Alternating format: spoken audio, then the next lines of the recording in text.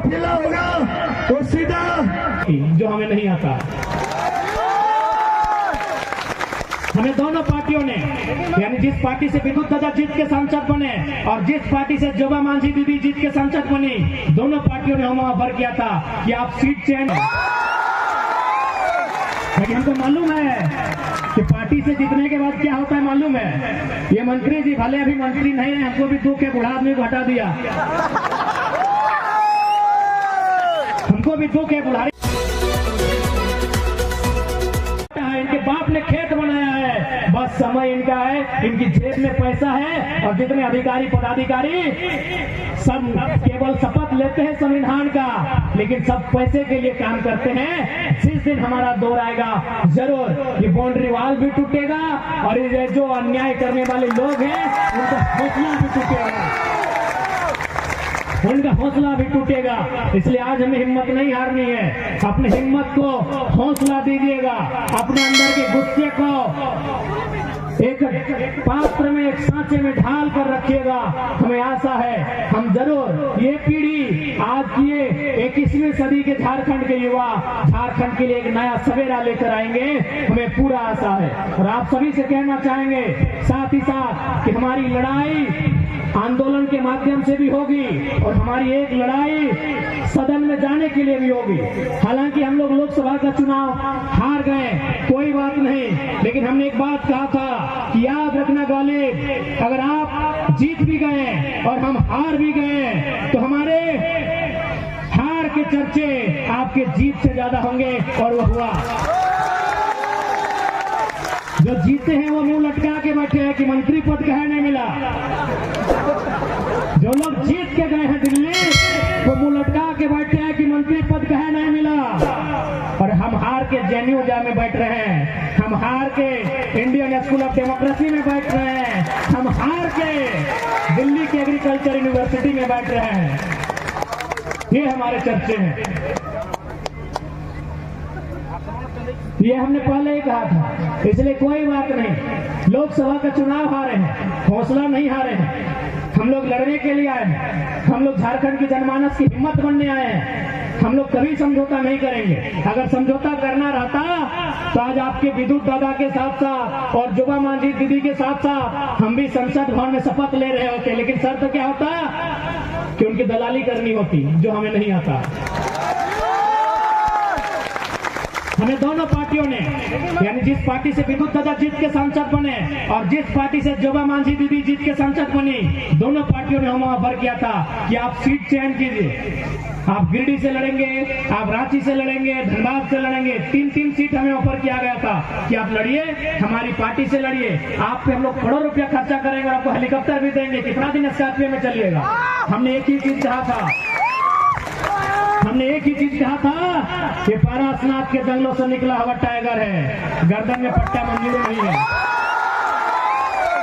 लेकिन हमको मालूम है कि पार्टी से जीतने के बाद क्या होता है, मालूम है। ये मंत्री जी भले अभी मंत्री नहीं है, हमको भी दुख है, बूढ़ा आदमी को हटा दिया। हमको भी दुख है, बुढ़ारी समय में इनका साथ ऐसा नहीं करना चाहिए। तो ऊपर से चाचा चाचा बोलते हैं, चाचा के साथ भतीजा ने खेला कर दिया है। लेकिन हमें 2-4 पदाधिकारी कह रहे थे, आपके विषय में बात हो रही थी, तो उन्होंने कहा कि नहीं मंत्री जी से एक बार मिलिए।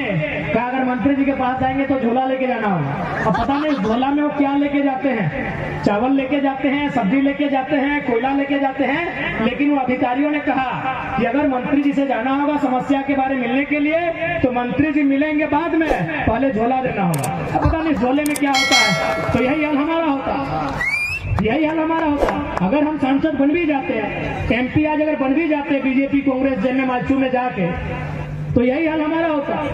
हम टाटा पे बोल नहीं पाते, हम जमुना ऑटो पे बात नहीं कर पाते, हम विस्थापन पे बात नहीं कर पाते, हम पलायन पे बात नहीं कर पाते, हम IAS IPS के साथ सवाल नहीं कर पाते। तो भैया हमने यही कहा है कि पारसनाथ टाइगर हैं, आजाद रहना पसंद करेंगे, आपको आपकी गुलामी राजनीति मुबारक हो।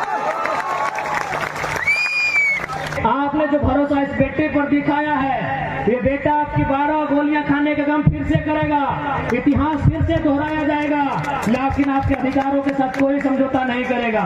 इस पूरे झारखंड में झारखंड के पूरे 32 गांव में जहां जहां हमारी जरूरत पड़ेगी, अगर हम समय रहेगा जरूर कदम रखेंगे, जरूर उस आंदोलन का हिस्सा बनेंगे।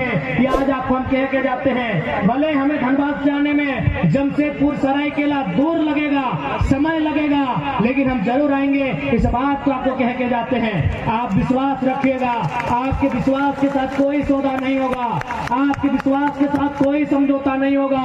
बड़ी आस के साथ आपने उम्मीद जगाई है, बड़ी उम्मीद में आपने आस जगाई है, आज उसके साथ हम लोग कोई समझौता नहीं करेंगे। अरे ज्यादा क्या होगा, मौत नसीब होगी ना, मौत किसको नसीब नहीं होगी। कौन यहाँ अमृत पान करके आया है, मरने के लिए हर कोई आया है, लेकिन हम झारखंड को मुक्ति दिलाने के लिए हम लोग आए हैं। झारखंड की जनमानस उनकी जो समस्या है उन पर बात करने के लिए आए हैं, उन पर समाधान करने के लिए आए हैं, और ये तो हम लोग करके जाएंगे।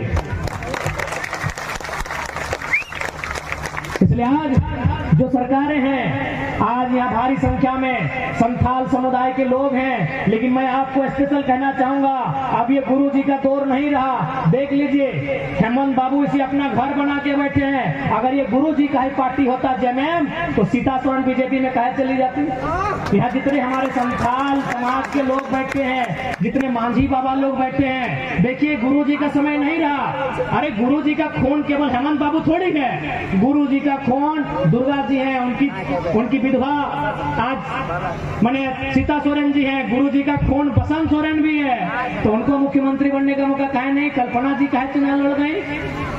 ये हेमंत बाबू का सरकार चल रहा है भैया, ये जेएमएम का सरकार नहीं चल रहा है। अभी संथाल समाज को भी निर्णय लेना है कि आप झारखंड में मोटा मोटी अगर 1 करोड़ आदिवासियों की बात करें तो हमें लगता है 18-20% संथाल आते हैं, यानी मैक्सिमम आबादी आपकी है, पहली आबादी आपकी है। तो पूरा संथाल समाज का विकास चाहिए या केवल हेमंत बाबू के परिवार का विकास चाहिए, ये आपको तय करना है। ये आपको तय करना है। मेरे जितने भी मांझी हड़ाम चाहे लोग हैं, हमारी जितनी भी दीदी लोग हैं जो संथाल समुदाय से आती हैं, कि ये वो दौर नहीं रहा। नो डाउट गुरुजी के लिए आपका आदर हमेशा जिंदा रहे, हम भी चाहते हैं, लेकिन ये गुरुजी का भी दौर नहीं रहा। ये शुद्ध रूप से हेमंत दादा का दौर है। ये तो गनीमत है कि उनका बेटा बेटी लोग बड़ा नहीं हुआ है, नहीं तो 2-4 को सीट उन लोग भी चुनाव लड़ता। आप लोग ताली बजाते रहते हैं और जिंदाबाद मुर्दाबाद करते रहते। अगर सच में वो अगर आदिवासी हितैषी हैं तो भैया बसंत सोरेन के जगह बुधू सोरेन को चुनाव कहे नहीं लड़ाए, कल्पना सोरेन के जगह कविता मुर्मू को कहे नहीं चुनाव लड़ा दी। अनिता दी हमारी कम है क्या, कम है क्या बताइए। तो ये कौन सा आप चाहते हैं आदिवासी का भला हो, आप केवल अपने परिवार का भला चाहते हैं। अरे आप इतना अपना परिवार का भला चाहते हैं कि बूढ़ा चचा को 3 महीना नहीं रहने देते, 3 महीना रहने देते। बूढ़ा आदमी बेचारा गुरु जी का दोस्त है, जैसने था बूढ़ा आदमी 3 महीना और रहने देते। तो ये अब आप डिसाइड कीजिए कि आप एक व्यक्ति ही आपका समाज है या आपका समाज लाखों करोड़ों में है, ये आपको डिसाइड करना है। आज अगर आदिवासियत की बात आती है तो सबसे पहले सीएनटी की भी बात होनी चाहिए। तो सबसे पहले बताइए, माननीय मुख्यमंत्री हेमंत सोरेन सीएनटी की बात किस मुंह से करेंगे? सीएनटी का क्या मतलब होता है, थोड़ा हमको बताइए। सीएनटी का मतलब होता है कि आदिवासी का जमीन आदिवासी ही खरीदेगा उसी थाना में, कुड़मी का जमीन कुड़मी ही खरीदेगा उसी जिला में, हरिजन का जमीन हरिजन ही खरीदेगा उसी जिला में, और आदिवासी का जमीन एक आदिवासी ही खरीदेगा उसी थाना में। हेमंत दादा लगता है 24 जिला में जमीन खरीद देंगे, जो खुद नियम नहीं पालन किए हैं। ये नियम है कि नहीं बताइए? यही नियम है ना सीएनटी का। जो खुद नियम का पालन नहीं किए हैं, उनका घर कहाँ है मालूम है? उनका घर है रामगढ़ जिला का गोला प्रखंड का नेमरा में। उनका जमीन कहाँ है? बोकारो में। उनका जमीन कहाँ है? धनबाद में। उनका जमीन कहाँ है? जामताड़ा में। उनका जमीन कहाँ है? दुमका में। उनका जमीन कहाँ है? रांची में। बताइए कैसे कैसे वो आपकी बात करेंगे? मैं आपको एक छोटी सी कहानी सुनाता हूँ। बचपन में आप एक कहानी पढ़े होंगे कि एक बूढ़ी महिला अपने बीमार बेटे को लेकर एक वैद्य के पास गई थी। वैद्य यानी डॉक्टर मान लेते हैं, डॉक्टर के पास गई थी कि डॉक्टर साहब मेरे बेटे का इलाज कीजिए। तो डॉक्टर ने कहा 2 दिन बाद आइए तभी इसका इलाज करेंगे। बूढ़ी महिला 2 दिन बाद फिर गई तो डॉक्टर ने क्या कहा मालूम है कि अपने बेटे से कहिएगा कि गुड़ नहीं खाएगा, इसका बीमारी ठीक हो जाएगा। तो बूढ़ी महिला पूरा खिसिया गई, बोली हाँ महाराज, अगर केवल इतना मामूली बात था तो हम इतना दूर से काहे दोबारा आए, पहला दिन ही बोल देते गुड़ नहीं खाना है। तब क्या बोले डॉक्टर मालूम है कि सुनिए ना देवी, 2 दिन पहले गुड़ हम खुद खाते थे, आप चले गए 2 दिन बाद, 2 दिन से हम प्रैक्टिस की कि गुड़ नहीं खाएंगे, हम गुड़ खाने छोड़ दिए, तब आपके बेटे को सलाह दे रहे हैं गुड़ नहीं खाना है। तो बताइए हेमंत सोरेन आदिवासी को कैसे सलाह देंगे जो खुद सीएनटी का उल्लंघन करके रखे हैं, वो खुद सीएनटी कानून का उल्लंघन करके रखे हैं। आज कहीं कहीं उनकी पत्नी रो दी। अरे भाई, उनकी पत्नी आज विधायक बन गई है, कल मंत्री भी बन जाएगी, और हेमंत दादा जहाँ थे जेल में थे, उसे क्या फर्क था। लेकिन उस समय आंसू कहाँ नहीं आया जब प्रेम मार्डी जेल गया था। अरे हेमंत दादा जेल में भी थे ना, फिर भी रॉयल लाइफ जीते थे, टाइम टू टाइम खाना बनता था। ओ आप लोग को बेवकूफ कैसे बनाया गया मालूम है, आपको दिखा दिया गया नहीं, वहाँ जेल में व्यवस्था नहीं था, दाढ़ी बढ़ा के पाँव देखिएगा, पाँव का शेविंग है। आपको दाढ़ी दिखा दिया गया कि जेल में व्यवस्था नहीं था, वो दिखावटी था कि जेल के बाहर लोगों को क्या दिखाएंगे, पाँव देखिएगा उनका, पाँव का शेविंग है। क्या दादा बोका बनाइएगा, आदिवासी बोका रखिएगा आज भी, वाह रे वाह। पाँव देखिएगा उनके, पाँव का शेविंग है, वो जानबूझ के दाढ़ी का शेविंग नहीं किए कि जब बाहर आएंगे तो थोड़ा सा मजलू वाला सीन लगना चाहिए। सही बोल रहे, चेक कीजिए उनके पाँव, चेक कीजिएगा, पाँव का शेविंग है। अगर ठीक है हमको सहानुभूति है, ऐसा बात नहीं कि हेमंत दा के हम विरोधी हैं, उनकी राजनीतिक विरोधी हैं, उनके विचारों के विरोधी हैं, चलिए झारखंड के हैं, लेकिन भैया आप अगर जेल में थे भी तो कोई फर्क नहीं था, आपके घर में कहीं राशन नहीं घटा था, ना आपके बच्चे का ट्यूशन फी कम हुआ था। लेकिन पूछिए प्रेम मार्डी के घर जाके, पूछिए जो दीदी लोग जेल में थी उनका बच्चा का राशन घटा था, जो छोटे छोटे बच्चे थे उनको टुआ में दूध पिलाना पड़ता था, टुआ समझते हैं ना, पाउडर दूध। तो आप अगर जेल में थे तो कोई पहाड़ नहीं टूटा था आपके परिवार पे। लेकिन झारखंड के लोग टीवी में जो आंसू दिखता है उसको देखते हैं, बड़ा बड़ा नेता लोग जो आंसू बहाता है उसको देखते हैं। अब हम उम्मीद करते हैं झारखंड के लोग प्रेम मार्डी और उनके साथ जो बहन लोग जेल में रह के आई है उनके आंसुओं को भी देखेगी और 2024 के विधानसभा में पाई पाई का हिसाब लेगी।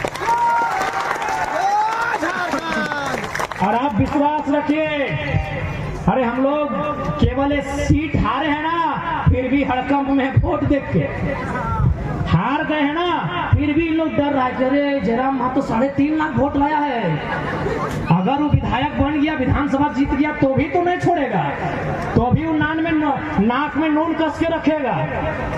आपको हम बताना चाहेंगे, जैसे आपके यहाँ ये ऑटो बाजा, क्या है ऑटो बाजार है ना, जमुना ऑटो जो है ना, चंद्रपुरा में भी एक सोलर कंपनी लगी थी। जिस प्रकार यहाँ प्रेम मार्डी दा इन लोग को 31 के ऊपर केस हुआ, वहां भी 21 को लड़का के ऊपर केस हुआ। और क्या बोला पता है, क्योंकि वो जो चंद्रपुरा है वो गिरिडीह लोकसभा में आता है जहां से हम चुनाव लड़े थे। जनरल मैनेजर खुद बोला कि देखिए 4 तारीख का इंतजार कीजिए, केस कर दिए हैं ठीक बात है, लेकिन अभी केस को आगे मत बढ़ाइए। अगर जयराम महतो चुनाव जीत गया, अगर वो गिरिडीह लोकसभा से एमपी बन गया तो केस वापस कर लीजिएगा, नहीं तो बवाल कर देगा। जैसे ही हम चुनाव हार गए, 4 तारीख को जैसे ही हम वोट हार गए, 5 तारीख को लोग केस तेनू घाट, जो वहां का कोर्ट है तेनू घाट, वहां ट्रांसफर कर दिया। ये डर था इन लोग को, और ये डर बरकरार रहेगा, ये डर बरकरार रहेगा, क्योंकि किसी के दफ्तर में तलवार चाटने वाला नहीं, पारासनाथ से दलमा तक छलांग लगाने वाला टाइगर आया है। ये डर बरकरार रहेगा, ये डर इनका बरकरार रहेगा। और बोल तो दिए, अरे विधानसभा में हम लोग खाली खाता खोलने दीजिए ना, इनका जो नाजायज खाता है अगर बंद नहीं हो गया तो फिर कहिएगा। विधानसभा में हम लोग का खाता खोलिए, फिर जो झारखंड के साथ अन्याय कर रहे हैं उनका सारा खाता बंद कर देंगे। और बिल्कुल अंत में यही कहेंगे, खासकर दीदी लोग, आप लोग को भी तैयार रहना होगा युद्ध के लिए, क्योंकि जब हमारे पास जमीन था दीदी लोग का मान सम्मान बराबर होता था। अगर हमारी जमीन गई है ना कंपनी में तो सबसे ज्यादा नुकसान महिलाओं का हुआ है। कैसे बोलिए न, जब हमारा ये खेत था, यहाँ हम जब धान लगाते थे ना, आज से 40-50 साल पहले, या तो हमारी आपकी माता जी लगाती होंगी।